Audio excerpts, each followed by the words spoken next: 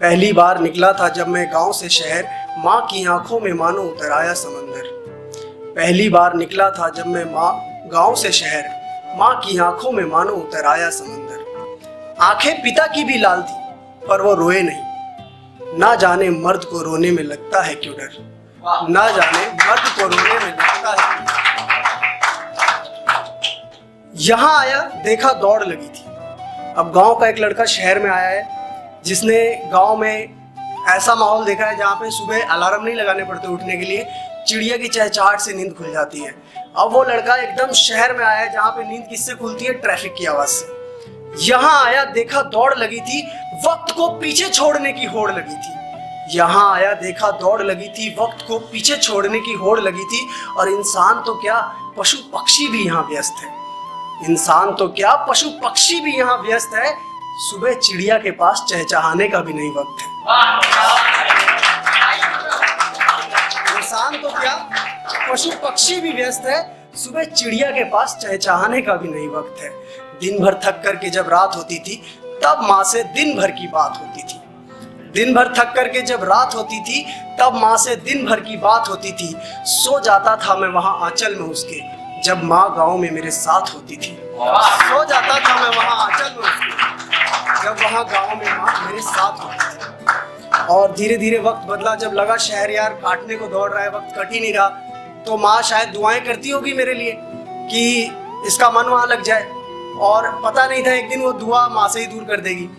तो धीरे धीरे माँ की दुआ असर लाने लगी। धीरे धीरे माँ की दुआ असर लाने लगी और सामने की खिड़की पे एक चाँद नजर आने लगी। धीरे धीरे माँ की दुआ असर लाने लगी और सामने की खिड़की पे एक चांद नजर आने लगी, जिसको देख करके मैं दिन भर मुस्कुराता रहता था।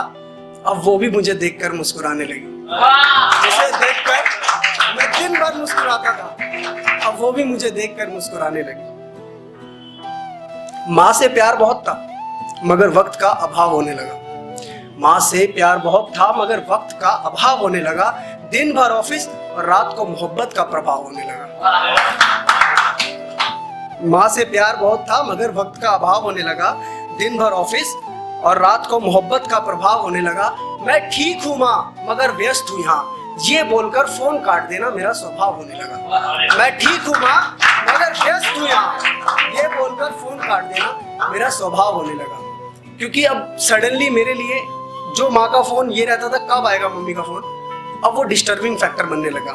यार मम्मी क्यों इतना फोन कर रही है, ठीक तो बार बार फोन करने की जरूरत क्या है, सब कुछ अच्छा चल रहा है बता तो दिया मम्मी को। तो सडनली वो डिस्टर्बिंग फैक्टर लगने लगा। लेकिन समय बदलता है तो चीजों का रियलाइजेशन होता है। कुछ दिनों में समय फिर बदला और सुनने में आया कि माँ बीमार रहने लगी। सुनने में आया कि माँ बीमार रहने लगी, दिल में घबराहट की शिकायत कहने लगी। सुनने में आया कि माँ बीमार रहने लगी, दिल में घबराहट की शिकायत कहने लगी। बात की गंभीरता का एहसास तब हुआ जब बोलते बोलते पापा की आंख बहने लगी। बात की गंभीरता का एहसास तब हुआ जब बोलते बोलते पापा की आंख बहने लगी।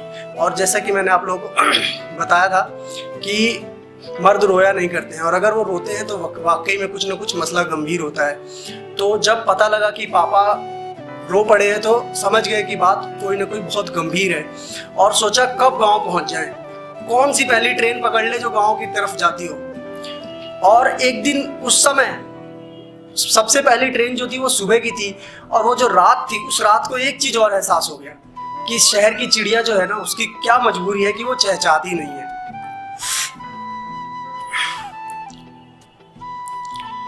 सॉरी। अब समझा उस चिड़िया की क्या मजबूरी होगी। अब समझा उस चिड़िया की क्या मजबूरी होगी। कोई कैसे चहचहाए जब माँ से इतनी दूरी होगी। कोई कैसे चहचहाए जब माँ से इतनी दूरी होगी। सुबह की पहली ट्रेन मुझे मेरी माँ से मिलवा देगी। सुबह की पहली ट्रेन मुझे मेरी माँ से मिलवा देगी। मगर ये रात है न जाने कितनी रातों में पूरी होगी। मगर ये रात है न जाने कितनी रातों में पूरी होगी। सुबह हुआ मानो उजाले की नजर लग गई। सुबह हुआ मानो उजाले की नजर लग गई। मेरे कान को ये कैसी खबर लग गई। सुबह हुआ मानो उजाले की नजर लग गई, मेरे कान को ये कैसी खबर लग गई। माँ बोलती थी तुझको मेरी उम्र लग जाए, माँ बोलती थी तुझको मेरी उम्र लग जाए, सच में मुझको माँ की उम्र लग गई।